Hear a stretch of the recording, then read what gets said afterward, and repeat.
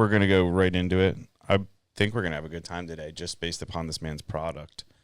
It's a fun time. It's the best.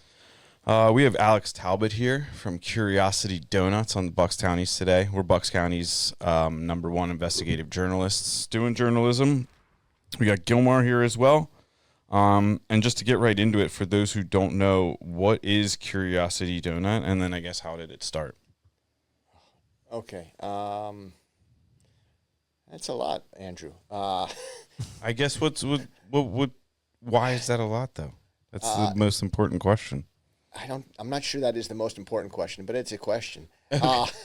So Curiosity Doughnuts is our donut shop, my wife and myself. We started it 10 years ago.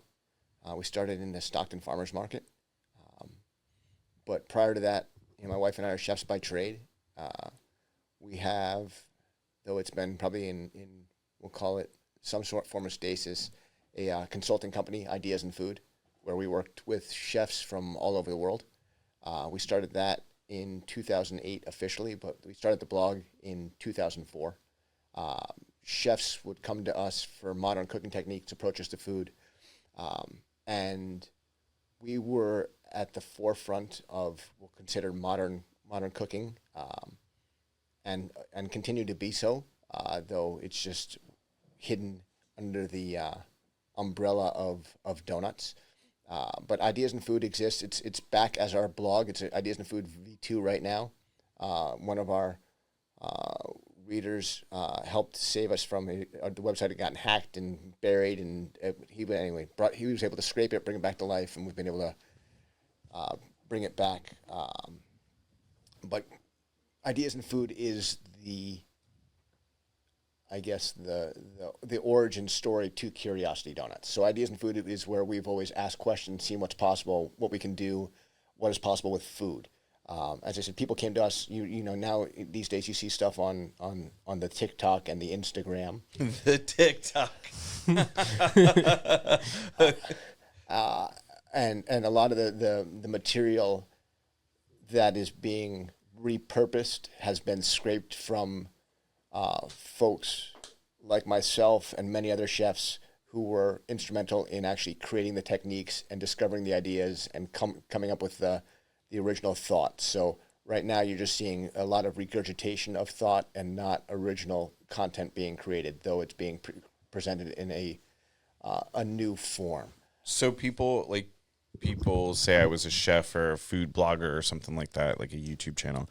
I could essentially go to your blog and take one of your ideas and then make a video because it's already tested. We already did it. Yeah. We're looking at your screen over here, and you can see some of my older, from December 2004. But I can go back to you've seen stuff on. I saw something recently. Someone was all excited. There you go, puff cilantro. That's you'll probably see folks playing around with that game. So then, like going into you as a chef, where did you go to culinary school, or where did that start? I didn't go to culinary school. I went to Colby College up in Maine. Okay. My wife went to New England Culinary Institute. We met in the kitchen of Ken Oringer at Clio in Boston in 1997. We've worked in restaurants prior to that. I worked for David Burke in New York prior to that, and I worked for Lenny Phillips. It was my first chef at a country club in Rye, New York, at Shamrock Shore Club. That's where I started, and it's sort of kind of pushed me down that path of what's possible. And Aki and I met in Boston, and we've cooked together ever since. After Clio, we created a boutique catering company. So this was back in 1998. We were doing intimate dinner parties for folks in their homes. So before it was cool to do that, we did that. So that was 18 years ago. We would do anywhere from 4 to 14 courses, start to finish. How did you soup to nuts? Okay, so it sounds like you're kind of an entrepreneur spirit. How did you fall on donuts with all of these creative ideas? Like why donuts? Good question. it really fell out of my mouth. So fast forward to 2015. We were living in New Hampshire at the time. So our daughter was born in 2008. We moved to Bucks County. We moved down into Levittown. My wife has family in Langhorne. We lived there for 5 years, and then we moved up to New Hampshire to change of pace. Life changed a little bit, and then life changed again, so we were moving back. We knew the Stockton Farmers Market, so that's in Stockton, New Jersey. It's still there. It's under its own kind of one entity, but back in the day, it was almost an incubator for small businesses. So it was a bunch of small little vendors under one roof, which was cool. It was an indoor farmers market before I think farmers markets were really taking off again. But we were traveling back, and we stopped there, and I saw an ice cream machine for sale in the back because the ice cream people were leaving, and I went to ask the market manager, Dawn at the time. I was like, I'm going to get an ice cream machine for cheap. It was a nice looking ice cream machine. I knew it, and I think they were asking $40,000 for the ice cream machine. I was like, well, I'm not paying that. That's not going to happen. But then the conversation with Dawn turned out that their space was open in the market. And I was like, great, I'd love to do. Well, I wanted to do frozen custard, not scooped ice cream. I love like soft serve frozen custard. And there's no one really. I mean, Rita's does it ish. I mean, they've got a wonderful mass approach to it. But I wanted just something special. Special in my own way. I'm a special snowflake.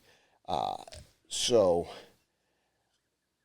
I was like, I want to do frozen custard. And she's like, well, that sounds great, but you just realized the people that are leaving were doing ice cream, and they didn't make it doing ice cream. So what else you can do besides ice cream? Like, I guess that's a fair point. And she's like, pick something. I don't know. I was like, I don't know, donuts. Literally said, I don't know, donuts. And apparently on the drive down from New Hampshire to this meeting, Aki had talked to me, and we're driving along, and she's like, so what do you want to do next? We got ideas in food, but what's next? And I was like, I don't know, donuts. So apparently that was my tick. It was, my answer was going to be, I don't know, donuts. So that's it. It was just somebody had tried ice custard, didn't work. Next thing, donuts. Yeah. So I was like, all right. And so in our first cookbook, Ideas in Food, we have a sourdough donut because I wanted, right? How cool would it be to have, donuts are considerably sweet, so I wanted to make something tongue in cheek. A sourdough donut would be cool. In our second cookbook, we created a no-knead, super rich brioche donut. Which was amazing. So that I've always loved donuts, right? But you always go place and you want a great donut, and it never hits the mark. You're always like, right? You want it to be better, and so that was we're gonna have to come back. to this. We've had a conversation recently about donuts and particularly food in general all tasting the same. It does all taste the same, and unfortunately, but furthermore, like I don't know, like. So I wanted to make something special. So when we settled on we're gonna make donuts and custard. And I talked to the owners of the market, not just on the market manager. So you're still gonna make custard, but absolutely, yeah. But we're gonna do donuts as well. Okay. And so I talked to the owners. And I'm like, okay, so we can do donuts and custard. They liked it. They knew there was a wonderful donut shop in the Hamptons, and I'm trying to remember. They used to have a donut robot in the window. All the rich people would sit there and watch the donuts getting made, and then a greasy bag of donuts was great. Especially at the beach. Yes, I mean a slice of pizza, and some greasy donuts at the beach there's nothing like that. So okay, we agreed on it. So this is like end of August in 2015. I agreed that, okay, we're going to open a donut shop. They're like, when can you open it? I was like, I don't know, October. First week in October, we'll be open. Mind you, we still live in New Hampshire. Oh, okay. Yeah. All right, I forgot that part of the story. Right? So we still live in New Hampshire. But I was like, look, if we say that we're going to open a donut shop in Stockton, right across, it's basically Pennsylvania, right? We got, 25 minutes from Langhorne, where we have family. That's a lot of moving parts. Sure, but if you just say yes, it just sort of works, right? So, so we're going to do this. I want to talk to his wife. So we're going to do this, and then, still live in New Hampshire. So I just said yes, and then we just talked to our Aki's aunt. I was going to stay there in the interim because I figured if we have a business down here, our house will sell really quick because Karma's going to really hook me up, and we'll sell up there. We'll find the house, Katie by the door, all good. Entrepreneur math, right? It's just nothing. No, there will be no hiccups. Yeah. It's all gonna work out. Dude, 2 + 2 = 8. Yeah. That's how entrepreneurs work. I do that shit all the time. So unfortunately, our house didn't sell quite so quickly. So we did open that first week in October. I hit that deadline. What year is this? 2015. Okay. But our house didn't sell until March. So I commuted from New Hampshire for 7 months. What? And what's commute mean? So I would drive down on Wednesday, kind of procure the ingredients that I need, make dough on Thursday, roll dough on Friday, then fry for Saturday and Sunday in the market. Okay. Wake up first thing Monday morning, drive back to New Hampshire, stay home for Monday and Tuesday, get in the car on Wednesday, and come back down. And you were selling like every one of those days? No. So I was selling only on Saturday and Sunday. Oh, it was only open because the old one was only open. It was like Friday afternoon, Saturday, Sunday. Yeah, I forgot the old Stockton market. It was different. Yep. They like renovated it and all. Yeah, it's newer, nicer, I guess. Whoa. Nicer? Yeah, it looks nice inside. Gilmar's opinion, it's nicer. It looks nice inside. Like in all of that chaos. Yeah. Going back to even further into the beginning, how young were you when you first did your like first business thing or hustle or something like that? And what was that? My first business hustle? Yeah, and don't tell me like lemonade stand or something like that. I want to hear the good one. So I actually collected cans from like riverbeds and then took them to the deposit and got the nickels that way. Okay. All right. And where did you live that there was like that? And like how many cents a can were you getting? It was a nickel a can back then. And like they actually wanted to pay you for the cans. Like I don't think they pay you anymore. Yeah, no, they put it. I think they have to put it on the can. But I think you have to like drive all the way out to the factory. It's like only accepted in Iowa or some. But so there was like like a river behind a library where there was cans have been been dumped over there for years. So I just went and collected them and then deposited them and got money that way. How old were you? I must have been 7 or 8. You were just walking around. You were like jackpot. Yeah. I was like, this. I'm gonna be rich. I'm gonna get some big league chew. Okay. Yeah, because it just seems like when you just happened upon the custard machine. So the custard machine cost me a small fortune, but I did sell it after because we left to stock the market. So when we opened up in Whole Foods. Oh, so you did end up getting that machine? Oh yeah, so we had donuts and custard. Absolutely did, 100%. Oh yeah, so the $40,000 machine. Oh no, not from them. I bought it was like $10,000. It was a Taylor soft serve frozen custard machine. It was great. Okay. 100%. Yeah. Right. No, I was not spending $40,000. No, that was for like batch hard based ice cream. Yeah. I don't know enough about kitchen equipment to remotely understand why a custard machine would cost that much in $20-15 nonetheless. Yeah. Used. Yeah. I've already taken you way off your script. No, that's fine. This is usually how it goes. Yeah. If a good show is like this. Yeah. If I have to stick to the script, it's like pulling teeth. Yeah, facts. So with Curiosity, was it Curiosity from the beginning then? Curiosity Doughnuts, yep. What enables you as a person to kind of just bounce around like this? Like you from your story, you have a lot of like it's seemingly successes or triumph. Like what enables you to just like go from idea to idea like that? I just don't stop thinking. Yeah, you're just kind of the idea guy? Yeah. Yeah. Pretty much. Right. I mean, he's plagued people. I have. I mean, you've had Mario on here. Like he would have had a space in the Stockton market years ago. Yeah. So Mario? Is this how this is all tied together here? Yeah. Mario is one of my favorite people. Yeah. Oh, wow. That's awesome. Yeah. So Mario came to the market many years ago. But Okay. yes. But he knew ideas in food. Oh. Because he was a cook and a chef in restaurants. So like all chefs You were know ideas. blogging in 2004, though. Yeah. That's pretty early. Not no. early in internet years, but it's early in blogging years. It is. We were at the forefront of it for sure. What made you? What was your inspiration? You're like, I think a blog would be a good idea. I had no idea. So we were running a boutique hotel in Pagosa Springs, Colorado. So we were the chefs there, and again, the internet was really fresh. So like anything new food based that you'd come on there, you'd be super excited about. And we were doing cool stuff, and the GM at the time, Michael Chafin, had a blog, and he saw what we were doing. He's like, "You guys should get a blog." And I was like, what's a blog?" And he showed me his, and it was basically just a digital notebook, and that's what we treated it as a digital notebook. But Aki, It was just a journal for what you guys were doing. and we just put on whatever we want. We'd take pictures, we'd write, we'd think, it was a digital notebook. Like we could catalog all our shit and put it in one place, and this is great, and didn't expect people to find it. And How did people find it? Like, what made it take off? Like, what was so at the same time, we know some people here and there, but back in the day, you had more food forums. So you had like eGullet, which was a massive food forum, which I don't think it still exists, but people would comment there, and you'd have,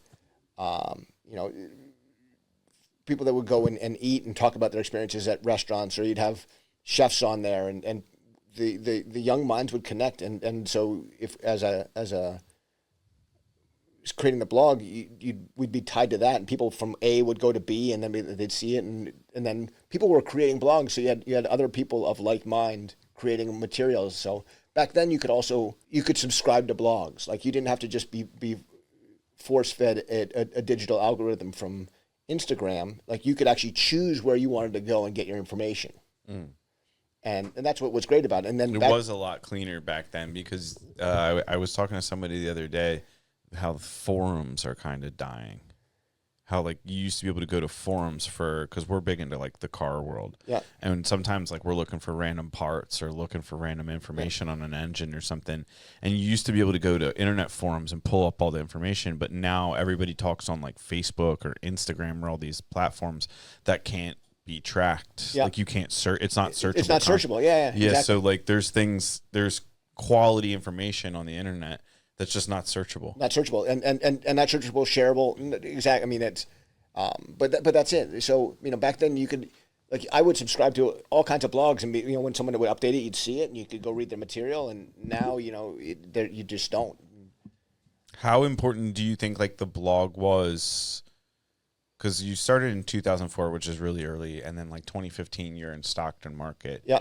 Like and then you're doing like consulting and things like that. Like how essential was the blog to your resume in helping you like garner different? It was the resume. People would. That's how we were found. Yeah. Like that was it. Were you good at like taking pictures and things like that, or was it just the written content? No. And so the new version of the blog is we call it V2. That was scraped from the old one because the actual platform that had the blog on went out of business this year as well. So most of the stuff is there, but the current stuff doesn't have tons of pictures. But there's a lot of stuff on there. For years, there were tons and tons of pictures. Were you able to back up like the old stuff and then import it into the new? So really, it was a reader, Julian Cook, who saved it. He reached out to us and was like, I can help you, and literally saved it.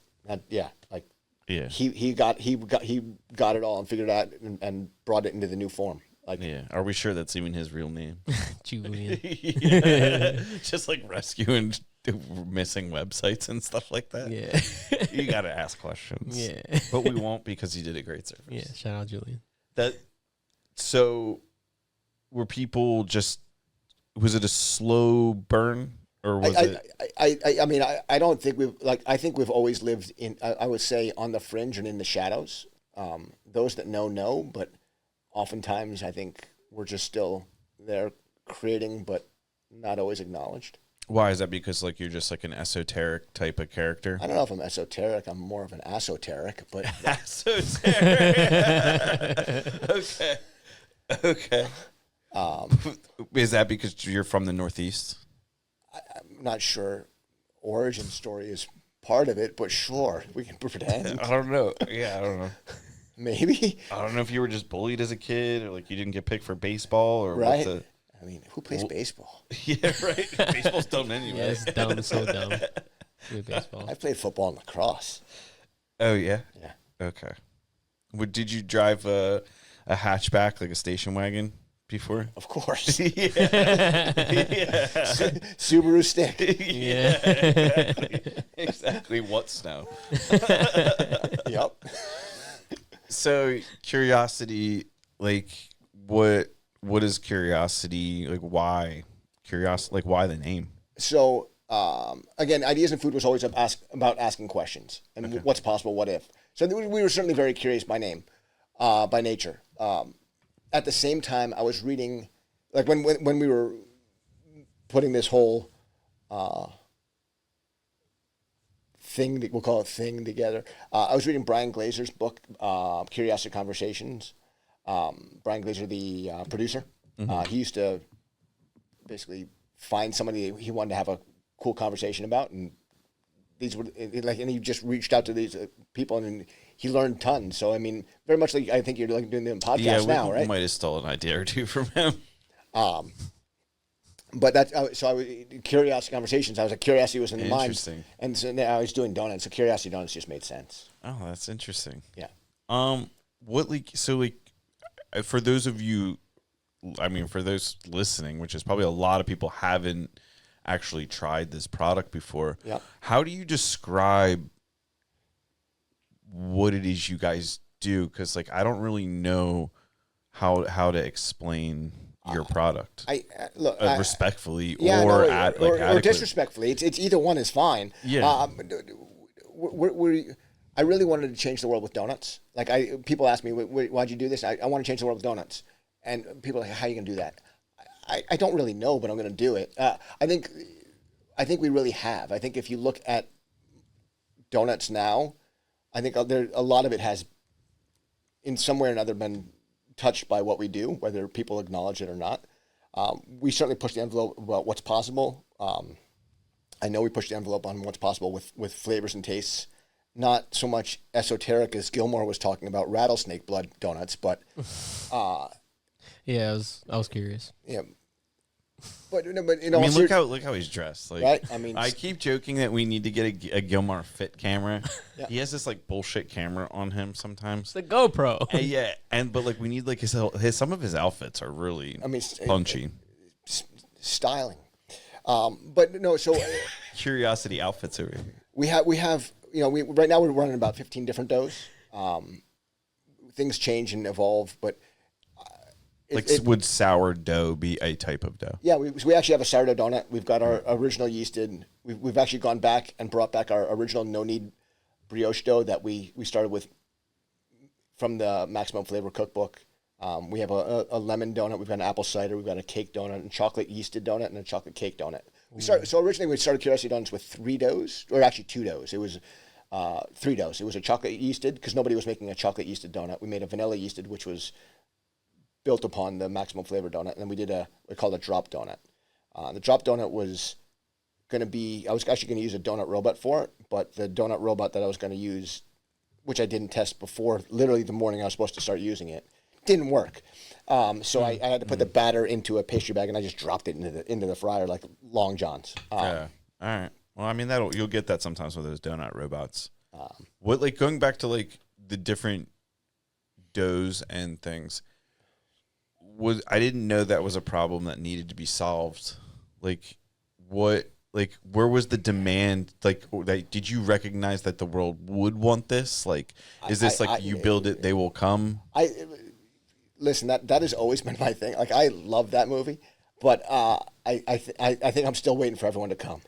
I mean, we've been very fortunate to have a wonderful support system of customers. But there's, the ups and downs of any small business. You've got days and it's a ghost town over at the shop and you don't know what's going on. Do you ever think that's like location and not necessarily product? Because if you have a killer product and just like, maybe it's something else. Sometimes it's location, certainly is, but sometimes it's the world going on around us that probably throws things off, people's world into a disarray. I don't always know, but I've always been the believer of if you build it, they will come. The blog we did, again, it's not the most popular out there. It gets a very small viewership right now. But I think if instead of just, and I look to the mass consumption of nothingness, which is TikTok and Instagram where people are just scrolling, if you actually go back and actually read something and look at something, you can catch ideas. I think there's a lot still there, and the current stuff we put on there is I think even relatively insightful. I think what we do at the donut shop, like we've done a bunch of stuff besides donuts, the savory side of stuff that hits for a second and then falls off, and people are like, and then people come back a year later and be like, "Where is it?" And I was like, "Well, I haven't seen you in a year because it's been a year since I took it off the menu." So I don't know. I've heard I've been in there before.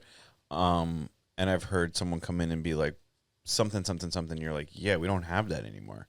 And they're like, oh, why not? And you're like, because nobody bought it. Yeah. And I was throwing it out all the time. And they were like, oh, no way. And you're like, what do you want? Like, I'm sorry. The math just wasn't mathing. Like, right? I mean, it does. I mean, that's it. Like, it's like, what's like a donut? What's like your most popular, consistent donut, like a staple that maybe something that you wouldn't even have thought would have been a staple? No, I mean, I think like the original vanilla yeast, and we just kind of retooled it recently within the past 6 months. It's doing really well. Our cloud donut, which is a yeast leavened donut as well, but super soft and tender, kind of melts in your mouth, I think is magical. It wasn't, most of this stuff I don't set out to say, hey, I'm trying to make this. I just start, I'm a tinkerer by trade. I really am. Like, yeah. I mean that I can write you the Tinkerer's Guide to anything, because I keep working on it until I can get it to where like I'm really happy with it, and then I'll break it, and then I'll work on it some more. Yeah. I mean, I guess it's job security. Do you look at food as like an art form, or do you look at it as like science? Like when you're crafting these combinations, are you just mad scientist, or are you kind of just an artist? I don't think I'm either. I think I'm a tinkerer. Yeah, you think you're just... And I think a tinkerer is probably, there's some science in there. There's asking questions, what's possible. And there's some artist, because you want to see something beautiful and something that is magical. But I think I need a little bit of fairy dust in my life. But in all, like, I don't think there's... I think that's what it is. I mean, our first cookbook was considered, a sciencey based book, and I say sciencey. I'm not. I just want to help solve some problems and create some others in the process. Yeah. But I do. I think I'm just chasing delicious. Chasing delicious. That's could be a YouTube channel. Yeah, chasing delicious. Chasing delicious. Yep. What do you like? So fairy dust. Like let's talk about it. What do you think? Because I think you have an insane product. You have a great name. It's obvious that you have passion and like education behind your How much am I gonna have to pay you for all these kind words? Is what I want to have to. No, but like, what is it like in your opinion? Like you have the recipe other than a potential location, in my opinion, that is preventing you from really just knocking it out. Because why wouldn't people want all these donuts? People love that stuff. I think so. So maybe it is location, but I can't fix that because I'm still paying for what I've got. Yeah, we could burn it down. I don't think you want to put that on. Just kidding, Danny. Just kidding. Looking at the lawyer. Just kidding. I swear to God. If it burns down now, it was not me. It's a shitty idea anyway. It lacks creativity. Whatever, you got to mix it up. Yeah, it's Curiosity burn downs. Shit. I wonder what happened. He's like, he was playing it 2 weeks from now, and he's like, I can't do it now.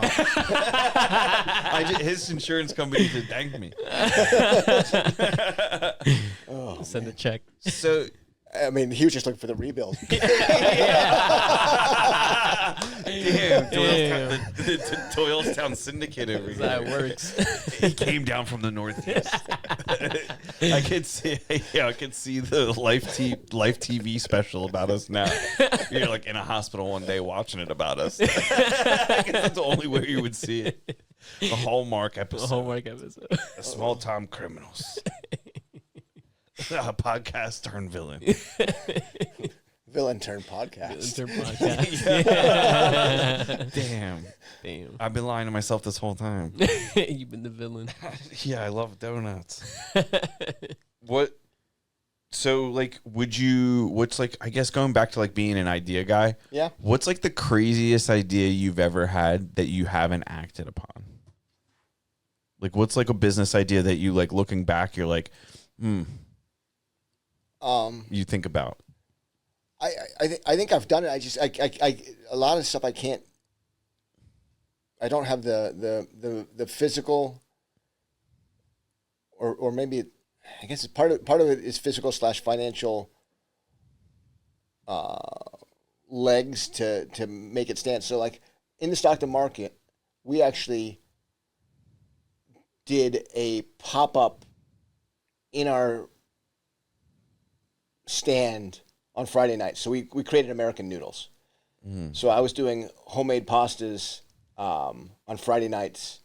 So we were doing a pop-up restaurant inside our farmers market stand on inside an indoor farmers market on Friday nights. American noodles, which I would do 3 knot noodle dishes and then 4 to 5 pasta dishes, and I'd have donuts and like simple donuts and frozen custard for dessert.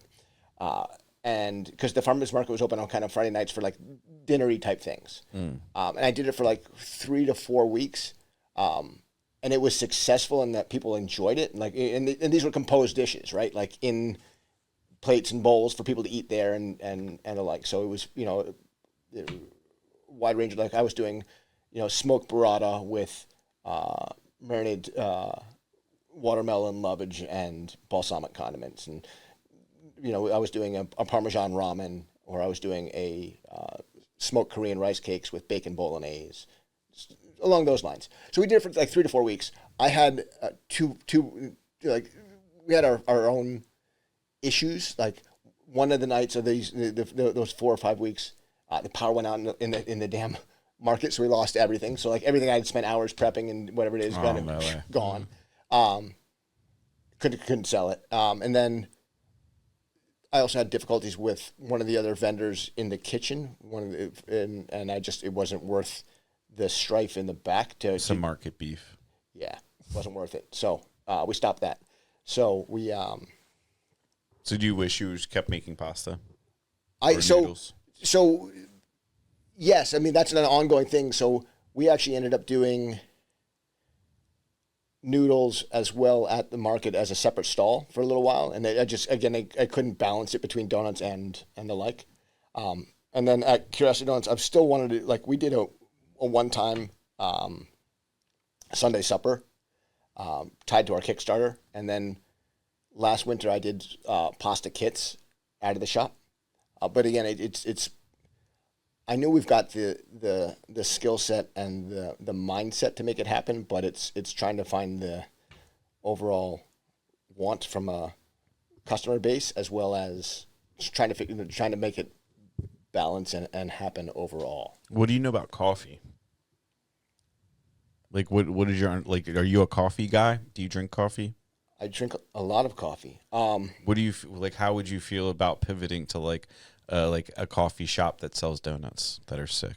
So, because people love coffee shops. Yeah, that are like, but so, okay, let's go down that route. Let's travel that. Let's walk down that path. Let's do it for free. I won't bill you for this, by the way. That's okay. I might have to charge you. So we opened. It's fair. He might. We actually opened. I bought a $20,000 Synesso espresso machine. Okay. That's fair. That's an investment. Electric lime green, gorgeous. And we were going to do amazing espressos, and we had and coffees, etc. We were so busy out of the gate, people would stand in line for however long and just buy donuts. we sold a few espressos, but that was it, and cappuccinos and coffee drinks, because 90% of the people that come to us drive to us, so they've either stopped at Dunkin', Wawa, or Starbucks, or they're home, already have coffee in hand. Yeah, So I just know. I sell no coffee. I know there's a subculture of people, because I'm a part of this culture of people. Yeah. That like goes to all these coffee shops around New Hope, Peddlers Village, Newtown, or not Newtown, Doylestown, which is where we are right now. And like, it's definitely like a meetings business. Like there's this cool thing. So I don't know. It would be something to explore, because like I didn't. Like we tried it. I mean, that was it. Like we explored the whole coffee thing, and it failed. Like I Yeah, but I don't. When I think Curiosity Doughnuts, I don't think I'm gonna go grab a coffee. Correct. Okay. And that was the problem. Okay. Just like when we started Curiosity Doughnuts and the custard didn't sell. Is that? I guess it's like an unsolvable problem in terms of branding, because it's Curiosity Doughnuts and not Curiosity Coffee. So I should just call it Curiosity. You know, like Dunkin' just kills the donuts, but they don't know how to spell donuts. So, no, but I mean that's it. Like, yeah, I mean these are just ideas. We're just two guys spitballing. No, but like that's the frustrating thing for me. Like I sell literally, and here's the other thing. So then we do a drip coffee. Yeah. But because I have so few people actually asking for a cup of coffee, I keep making less and less, because I like coffee when it's fresh, but I'm not going to start throwing away every 30 minutes hoping someone's going to buy a pot of coffee or a cup of coffee. Yeah. There's an opportunity here. Like I can literally feel it like in my hands, Gilmar. You know that's the sign. Yeah. There's something here. You're onto something with the Curiosity Doughnuts and coffee, though. I get your apprehension, though, having tried it and invested all that energy. Yeah. I've definitely invested, say, a lot of money into cabinet businesses and lost it. So I'm with you. I'm with you on that, and then being apprehensive to try it again. But when I think of donuts, I think coffee, and this area is just like, well, the area specifically where you're at. Yeah. Like, yeah, you do have Dunkin', and yeah, you do have Starbucks, but those people aren't your customer. No, but You're not targeting those people. The irony You're is targeting the people that are going to Amsterdam Coffee or Native Coffee or one of these coffee shops in the area, and they don't have, like, I think it's, no offense to any of those shops. I know you guys are going to be mad potentially. I think coffee's easy to do. I think what you're doing is hard to do. So if you have the coffee, that's like the only thing they don't like. Yeah. Don't have. So I think they don't have, rather. Coffee is hard to do, and the upkeep on the machine is time consuming as well, right? What's hard to do about coffee that's not comparable to making? No, so hard to do is you're going to have an ongoing financial outlay. So to have somebody there ready to make coffee, I think that's hard to do. To commit to somebody that's going to be there that you may or may not sell coffees. Smiling barista. Yeah, I get you. I mean, in my world, like we are a super small, tight staff, and it keeps trimming down, right? Like I haven't raised my prices in 2 years. Okay. But I've done that because I think our twofold. I probably should have, because I know the costs have all gone up. Yeah. Around me. Mm-hmm. But I think of what we do as an affordable luxury, and I can keep working smarter and harder, unfortunately, to be able to keep it as an affordable luxury. I think the affordable luxury? Yep. Is that a thing that people say? I do. I don't know. But what's cool about affordable luxury? Like, what's it's a donut? It's a donut in Bucks County, the best donut in the world. Yep. That people are. But I mean that's it. You know, for me. Because I guess you're just trying to make sure that people don't not want to come in. Yeah, I mean there is like as you move forward, like we've when we first opened 10 years ago, we got some pushback, but not. We got a fair amount for being too expensive. And then, I get you. But even in the new shop, we've certainly gotten that. People are like, but I was like, if I called a donut something fancy in French, I could charge $8 for it and no one would blink. But because I call it a donut, people think it should be cheap and inexpensive. Not all people, but many people. Like it should cost less because it's a donut. Gilmar, what's your hot take on this? Being a retired chef, Regarding the price of the donut, or the concept of like the price related to like the name and like the French. How much should a taco cost? How much should a taco cost? Depends on where my taco's coming from. Okay, but where am I? Am I in a street truck? Why does it matter? Why does it matter? Street truck or New York City?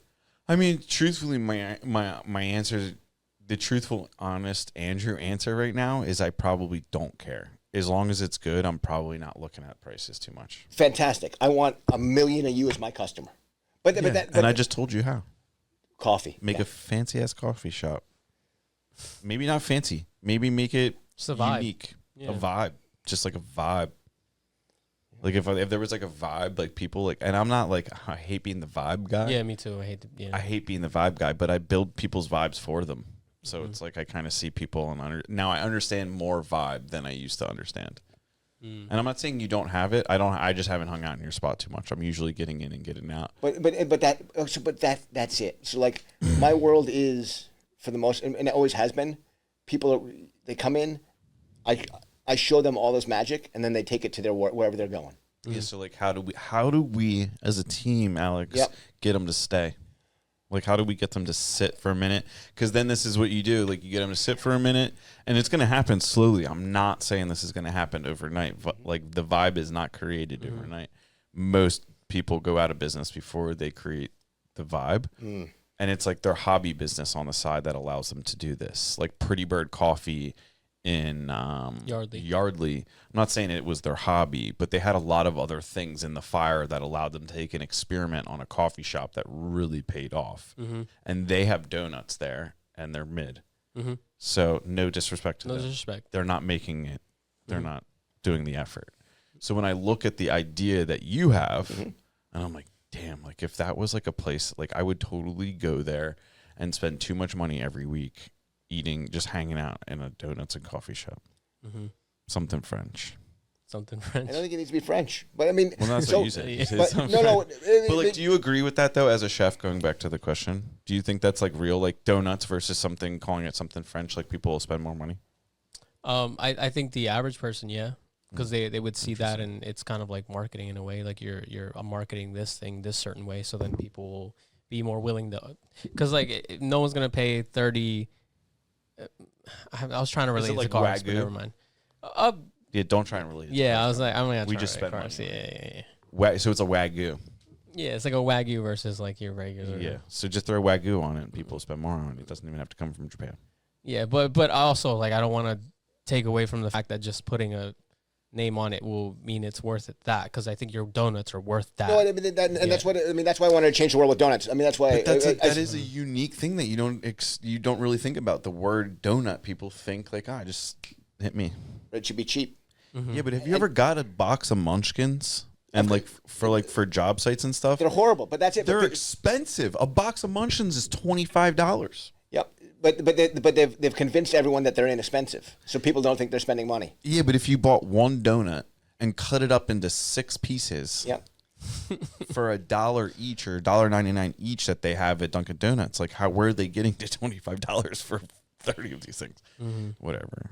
Maybe that's what it is. Maybe it's Munchkins. You've got to have explored that idea. So I don't.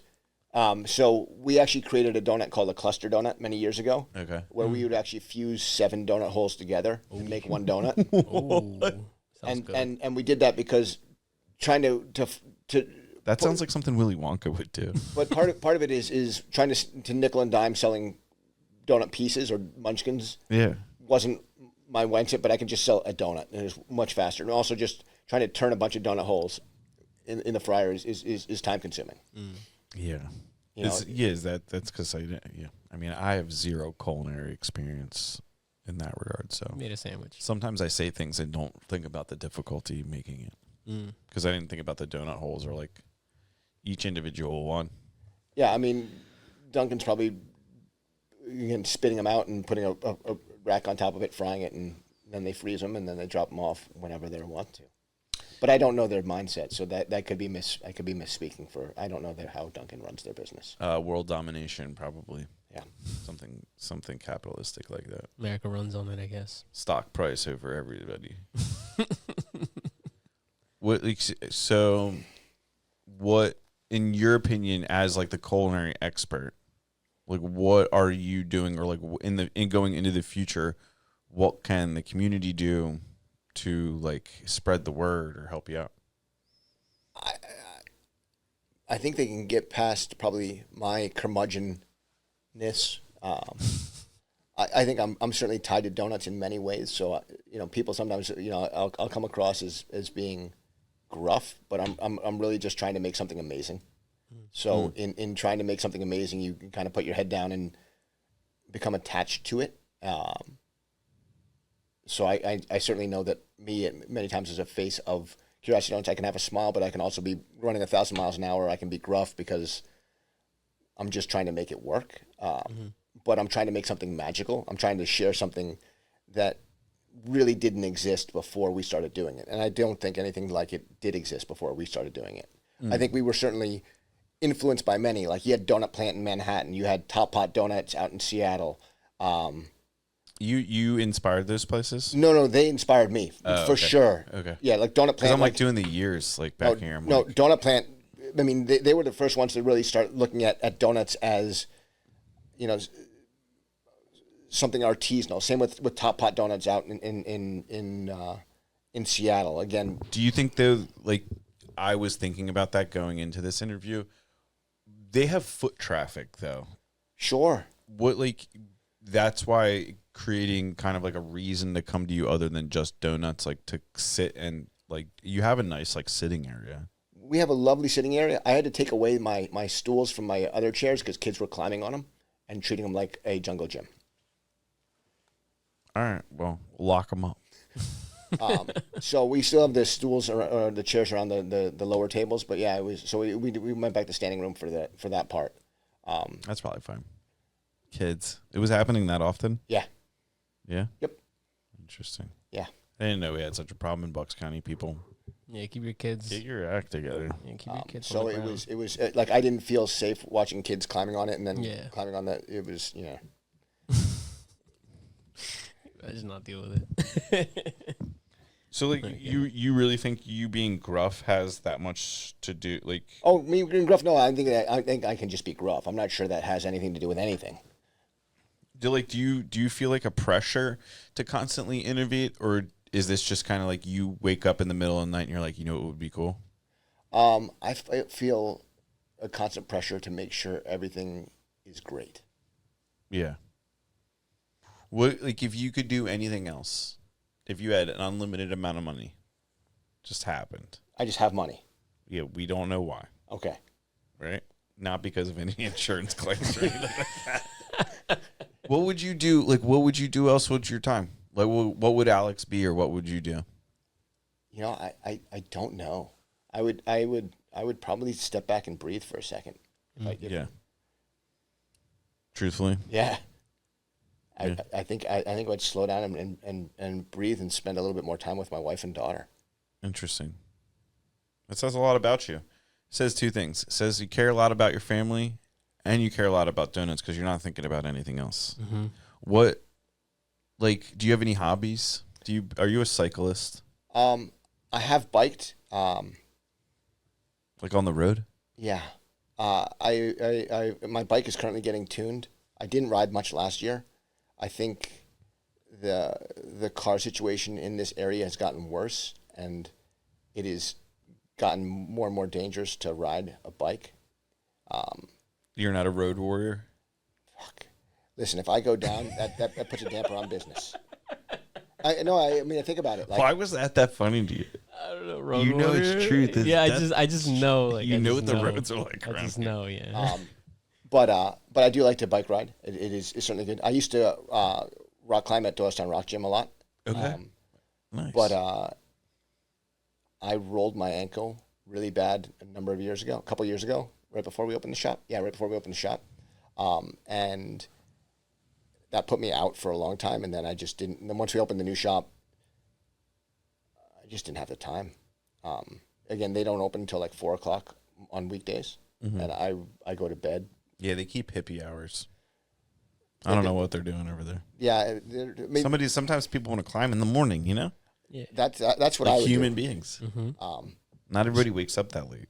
so that was so I have not been climbing. I went in last summer. I got a chance to go climb for once or twice, but it was I like that. Climbing and biking is great, but I've lost a little bit of the balance to be able to do it. When we were in New Hampshire, it was great because there were way less people on the road, so I could really get a 20-mile ride in and see nobody. It was fantastic. Yeah, it's not worth the risk up here. You're on borrowed time riding a bicycle on these roads. That's why I say I see these people getting mad at other people, and I'm like, damn, dude, it's not worth the risk. I get you deserve to be on the road. I get it. But you can't fight for that if you're dead. If you get run it over. But That's interesting. You can't make time for those things just because you're at work so frequently, or just the demanding hours. yeah. So I wake up at about 3 in the morning. I'm at the shop by 4. Okay. And we'll finish up by 2-ish or so. But then, if you're going nonstop, like it's a lot of going. Like I get there, hit the ground running, and I'm running from start to finish. Is there any opportunity to sell your product to like local establishments, like wholesaling in some regard? So we have our donuts are available at Naked Chocolate in Newtown on Fridays.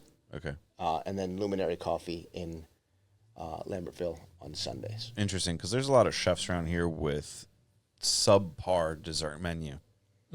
Just saying. Putting it out there. Unfortunately, we have found that people that want to buy wholesale want the product at really cheap prices, so that they can make their margins on it as well. And if we've got to discount it, then there's no point in us selling it. I think if you're a chef and you're trying to make markup on dessert, you're just being greedy. Just lose your money. Am I wrong, Kumar? Yeah, let people have a nice time. Like, just close it out. Nobody, not that many people order dessert anyway. Yeah. So just go in on dessert. Just like break even. Break even on the dessert. Yeah. Let people have the dessert. That's a blog post.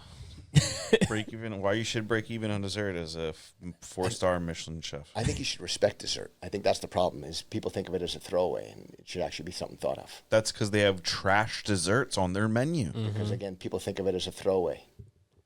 I covet dessert. Correct. I am severe. Just like, oh, dude, we're not going to go down the Cisco rabbit hole again. Oh, I hate Cisco.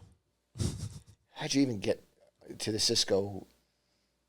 We had a chef on here, and we were just talking why everything tastes the same. And then we said that if you work at all the restaurant chains are just competing to see who makes Cisco better. Oh. What was the conclusion of our discussion, if you needed to know? Okay. But you're a busy guy. You don't have time on your hands to be watching or listening to our show. I had a wild idea, but it was just a joke, and I don't know if I should share it anymore. Go for it. It popped up in my head and shared it again. But like a cat bar, the cat, the cat bar. You know what I'm talking about? Over by the airport, by Bianca's shop. No, there's a bar that has like there's like cats. Yeah, the Meow Cafe. Yeah. Oh, yeah. I was like, yo, it's just Meow Cafe. Oh, I've been to one of those in Philly. It's like someplace you do that in like Japan. Yeah. You don't Meow Cafe in Philly. I did that, bro. I did it. With some street Philly cats? It was. I don't know if there were street cats. They're probably street cats. Yeah. We have a guest here. It was chill. There was probably like a chicken in there, like dressed as a cat, and they were like, not. "Oh, this is a cat." Who do you think's running this place, dude? Dude, what street? What neighborhood was the cat bar in? Dog, Don't say South Philly. It was probably like Fishtown, bro. Yeah, it had to have been exactly. Fishtown. Pull their permits up. Yeah. Pull their permits. Are they still in business? You know what? Probably not. I can look this up. They've probably been on Channel 6 Action News and since have been shut down. That's the kind of places that have cats. Anyway, we're not going to waste any more Alex's time with that. Yeah, sorry, Alex. You're all right. The goldfish bar is fine. The goldfish bar. Goldfish bar. Imagine. What's your favorite flavor, or like not flavor, like combination? Like you like At the shop? yeah, like is there one that you just kind of like when you make it, you're like, yeah. I think there's a few. I mean, I think I think one of the coolest things to do is actually come in the shop and look at what we have in just the vanilla glaze. You know, we spend a small fortune on Nielsen Massey vanilla. So like if you look at because again you've got all the different doughs, you have all the different glazes and all the different crumbs, right? And then so if you get a flight of things in vanilla, that's kind of cool because you get to see how the doughs are all different with the same baseline. Our maple glaze with the coffee crumbs that's usually on our donut brioche. That's a magical donut. Dang, that sounds amazing. Our melt-away dough, we brought that back past month. It's a laminated dough. Not our laminated brioche is a little bit more tender. This is a little bit crispier on the outside. Super buttery and rich. It is magical. Created it probably 8 years ago. Again, in the style of the aesthetic of what a cronut looks like. But Dominic Ansel was the chef in New York who created the cronut, which is again groundbreaking in the thought process. Ours again, it has the aesthetic, but I don't think it has the same textures and eatability as it is. I think it's a completely different product. And so people say, "Oh, I want the cronut," and I was like, "Well, that's a trademark name anyway." So this is our thing. This is what we do, and this is pretty amazing. And then our breakfast sandwich is amazing right now. So What's your breakfast sandwich right now? so it's homemade English muffin, scrambled eggs, mortadella, and provolone. Dang. You see, that's how you get people in. Yeah. That sounds amazing. I know where I'm going tomorrow. Yeah. Well, they're Not open tomorrow. Thursday. Thursday. Too. Thursday, Friday, Saturday, Sunday. Oh, because today's Monday. Today's Today's Monday. Monday. Oh, Yeah. damn. I'm all turned around. We got to wait. Again, you guys did a special Monday recording for the guy that otherwise I'd be up at crack acid on tomorrow. Don't tell people that. Today's Wednesday. It's Wednesday, everybody. Don't tell people that. I guess you'd have to do some editing. He won't. He'll forget. I keep notes. Hello. Remember, this is the part we have to edit out. Gilmore, Thanks for making it clear. cut this clear. What a better question. What's your daughter's favorite donut? Like, what would your daughter say? She liked our Zeppeli, which is our savory dough. We don't make it anymore. It didn't sell. So Damn. Okay. like many things, it went away. Okay. When I had it, I had to it was like a hard sell that, and if I've got to try to hard sell something all day long, it's gonna go away. Yeah. Are you guys on Instagram and like Facebook and stuff like that? Like, We are on the Instagram. I feel like you would be popular on there. We are. I think people enjoy it. We have the donut. I mean, on Instagram is where I. Yeah, see, that's what I was talking about. Well, I'll post where what's going on at the shop during the day. If it's a. Is that the breakfast sandwich right now? Yes. Okay. Damn. It's amazing. Yeah. Yeah, I'm surprised to hear that you would like a little bit extra fairy dust on your business. I thought you guys were like selling donuts off the shelf. I mean, so everybody talks about you guys. This past weekend it was great. Like it was gangbusters Saturday and Sunday, booming. But on Thursday it was a ghost town. I had tons of leftover donuts. Interesting. Yeah, I think Thursdays has always been a hard day for us. Again, for a while we were open on Wednesdays. I removed that day this year. We added it 2 years ago. I took it away again this year. I need to spend. I was losing my own sanity in the sense that I was getting up at basically 1:30 in the morning. Well, yeah, I mean, when you bake, when you're in a baking style business, like the hours that you have to keep, especially doing the front of the house work as well. Yeah. I don't envy your schedule at all. Like, I don't know how you keep that up for this many years. It's hard. You must really love what you're doing in terms of like your creative outlet. I love the results. Yeah. What is the results? Like the product? The product. What I can like, and when people actually get it and they're like, "Fuck, this is really good." Like I get like when you see somebody bite it or come in the shop and see the full spread of things and be like, okay, I get it. I understand. Like, yeah, we're working. Most of our projects are like mainline Hilltown area. Yeah. But we're coming back towards this area again soon, and all the guys keep saying, especially like the Brazilian guys, are like, donuts. You can bring back the donuts. I'm like, yeah, dude. They don't understand that the donuts are the complete opposite direction of where we're working. They were there a bunch of Saturdays, and they're like, dude, what is this shit you're bringing us? Yeah. Where's the good stuff? And I'm like, I don't know, man. You would see me there like every Saturday. I would come in and be like, I don't know what I'm looking at, so it could be fill it up. Let's do it. Give me it all. On the way, I'm driving there and be like, can't take it. So I'd always get one for myself and hope it lasted until I got there. Yeah, as you I'm a should. slob. I can't. I say no in my mind, and the next thing, my hand's like on it, and I'm like, "Oh no!" I do with Oreos too. Oh yeah, Oreos, ice cream. Forget about it. Are you like a big ice cream guy? I like ice cream. Yeah, I like ice cream a lot. we're like around here, or no, better yet, what's your ice cream flavor? So Nobody listens to this. We won't hold you to it. yeah, I don't think I have I guess overall, it would be Ben & Jerry's mint Oreo, but they're not. It's not. It's not their Oreo anymore because but it's the mint. But the Ben & Jerry's mint Oreo, like that is. What? Spoken like a true new Northeaster. So Ben & Jerry's. so many years ago, when Ben & Jerry's was newish to the world, right? Like I worked at a summer camp in Maine, and Ben & Jerry's is in Vermont, right? yeah, it is in Vermont, but they're at least somewhat close. But we'd go a night out or whatever. You'd go just get pints of ice cream and just crush pints of ice cream. Like that was the treat. But like nobody was doing ice cream like that back then. This is 30 years ago. Yeah. Right? You didn't have the amalgamation of trash that already exists. Like Ben & Jerry's was legit, and it was still Ben & Jerry's like making great stuff like that. It was the ice cream to be. But mint Oreo, I think, has always been the ongoing one. In like it has stayed solid as a great ice cream. What color is it? White. Okay. Some people say green.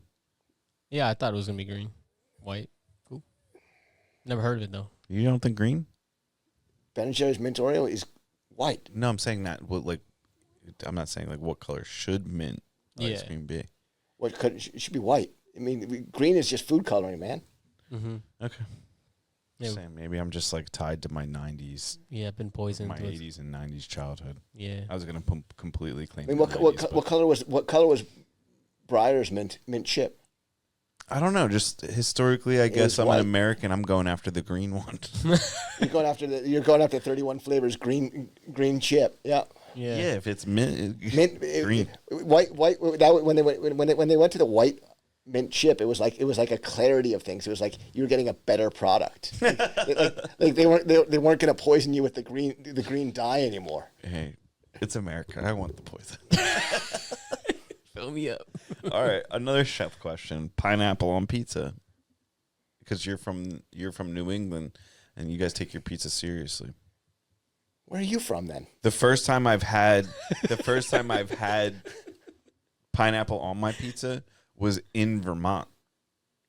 Really? Mm-hmm. Yeah. Huh. Near somewhere near probably Stowe. Not at Stowe, but like the local spot, local bar. That was your first Near time? the Stowe. Near the Stowe, yes, the mountain. I think it's fine. I mean, there's better toppings, but sure, you can put pineapple on a pizza. Okay. I don't know. Pepperoni's a better choice, but sure. You seem like a man, you got like firm opinions on things. I have plenty of opinions. Yeah. All right. My daughter likes a pineapple pizza, Okay. but I'm not going out of my way for a pineapple pizza. But What's your pizza of choice? pepperoni. Pepperoni? Yeah. Do you like any pizza places around here in particular? We go as a whole more often than not to Altamonte's. It's kind of right there. They do a solid pizza. Okay. Yeah. That's fair. It's a good choice. What other kind of chef questions do we have for this guy here? Because he seems like he has really good tastes, and I feel like there's some secret in there. Yeah, I feel like there's. What's like a Bucks County secret place? Like, tell us where your secret place is. Like, your other than Curiosity Doughnuts. Like, what is your Curiosity Doughnuts? Like, where are you going? That's kind of like a secret. I do a lot of cooking at home and baking at home. Okay, so you're a homebody.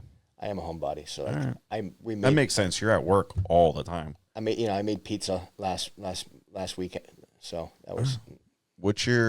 If your daughter asks for a dish that you make, yeah, like, what is your family or like what is your wife or daughter asking? Like, hey, can you make this as your specialty? Like, what are you known for? It's been a while since I've been known for anything, I think, besides donuts. That's why I'm asking, because there's something you definitely make something else. My daughter likes like a wide, wouldn't be a pappardelle, but it wouldn't be a tagliatelle. So I guess it'd be a narrow pappardelle with kind of American carbonara style with peas and ham. Okay. How old is your daughter? 17. Okay. Oh, he's about to say, that's good taste. Like, when I was that age, I was slamming carbonara. Yeah. Penny alla vodka, all that stuff. It's funny how vodka sauce is like everywhere now. Oh, dude, yeah. When back in the day, you saw like if like a table of like 20 teenage girls came to the restaurant, it'd be like fire up the carbonara and penne alla vodka, boys. It's gonna be a lot of that going out tonight. And they'd be like, "Can we get 17 penne alla vodkas with chicken?" Every time you'd be like, "Yeah, of course." Be like, well, "How many of these? Why am I asking everybody their order? Just tell, how many are we getting? Let's tally it up." You got two choices. This isn't fine dining ananymore. Your parents' credit cards got you in here. Let's do it. Carbonara or vodka? What do you want? It's only two choices. That's true. I mean, that's when you're that age. You're like, and before that age, it's Alfredo. Yeah, like all the little kids like butter Alfredo, and then they discover the penne alla vodka, and then life changes for them. Get a driver's license. Forget about it. For car accident. You know what I think? I'm disappointed. People don't put prosciutto in penne alla vodka anymore.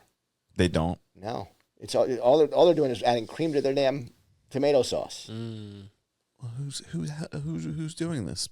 That's blasphemous. I know, but if you try all these penne alla vodka or all this vodka sauce that's everywhere now, you're not getting the prosciutto. I can't. I'm. Why don't you go on a vodka tasting or vodka sauce tasting? Vodka tasting. That's on you. I feel like he might have just blown like a case wide open in right. Bucks County. We should just start going around just snitching on places. Be like, "Where's your prosciutto?" I feel like pizza places that also say they make pasta are the biggest culprits of this. They never put prosciutto in their like vodka or whatever. They're sandbagging it. Yeah, they are.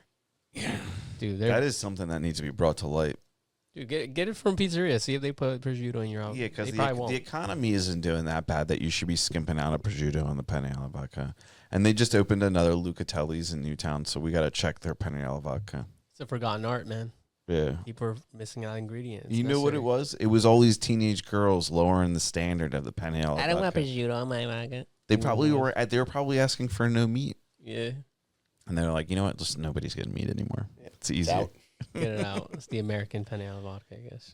What Oh yeah, what do you got to say? I feel like you had something that you yeah, because there's food secrets here. Like your donuts taste good for a reason, right? I feel like there's Andrew would probably agree with this, but there's like a certain. I've said this plenty of times to you. There's a certain chew with your donut. Why? How are you getting that chew? If it's a secret ingredient, you have to talk about it. But like, is there a technique that you're doing that gets to that chew? I don't think so. I mean, I think what's interesting is the doughs are all different too. So you can have, but I am chasing distinct flavors and textures. But I think it's just, it goes back to I think we talked about earlier, which was the tinkering. Like I'll just keep messing with it until it gets to where I want it to be. So I guess it would be the secret technique is perseverance. And a willingness to not stop until you get to where you want to go. So then how critical are you to making the product every week? Like, are you the linchpin? Like, you couldn't train anybody else to do it because you're looking for the texture at every aspect of. So we've had employees over the time and over the years, even the new shop, people have gone on and moved on to do their own things, and so I've just gone back to doing it a lot of it myself. I've got a few employees that are instrumental as well. But it is a teachable, like you can teach someone to make the quality that you Yeah, I mean, for sure. But I think...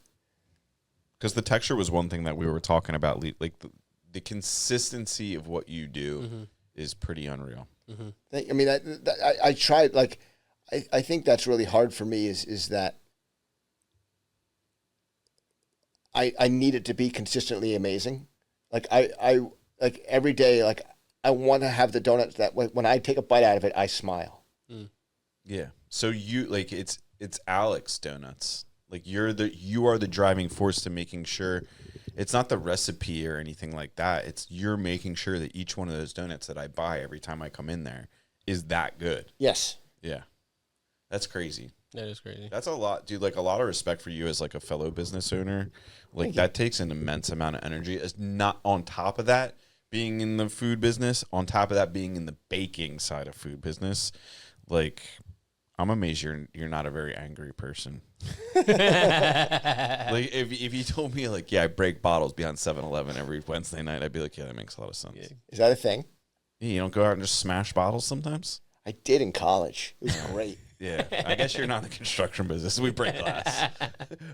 You just get a nice dumpster and just smash. You'd be surprised what kind of glass doesn't break that easy, though, when you really get into it. Really? Yeah, because then sometimes you get so mad. When we broke the glass from Evan's old gym, the glass, like those huge glass panels, me and Evan thought we were just like, let's just smash them. Dude, Evan threw that into that dumpster and just hit the ground, and we just stood there and just laughed. We were like, we're immediately distinguished. We were like, oh, dude, like that's funny. There you go. We're not that tough. Yeah. Yeah, no, we used to listen to Beastie Boys, Sabotage, and smash glass bottles back in college. Yeah, that's a song to do that too.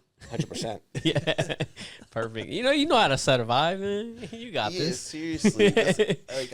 I think you just have like I think just the vibe. Because you have the product. 100%. And I don't know what that, like, and this is me purely saying this with no suggestion other than that. I really think my vibe is that folks come in, they get something amazing, and they take it into their own world. Okay. I mean, that could be the vibe. Like, could be it. I mean, like we've got the space, like we created the space for people to hang out and do stuff as well. But more often than not, people are coming or going. Do you have Wi-Fi? We do. I'm going to start coming to hang out. Yeah, I'm gonna start working out of there. I'm going to start just showing up with my laptop. Yeah. Standing up. I'm just going to be on the corner of the bar and just being like, fuck, damn it. Gotta get another donut. Why did I ask for this? Yeah.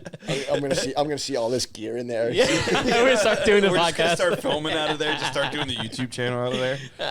Just start doing YouTube lives for Curiosity Doughnuts. Yeah. All right, You know what? Like, I don't know if you believe in God or anything like that, but there's like a lot of stories in the Bible where it's like people ask for certain skills or certain things, and God gives them some unbearable situation, and it's just like, why did you do this? Be like, well, you asked for honesty. Like, I taught you how to be honest. That's we're God's delivering us. We're deliverance right here.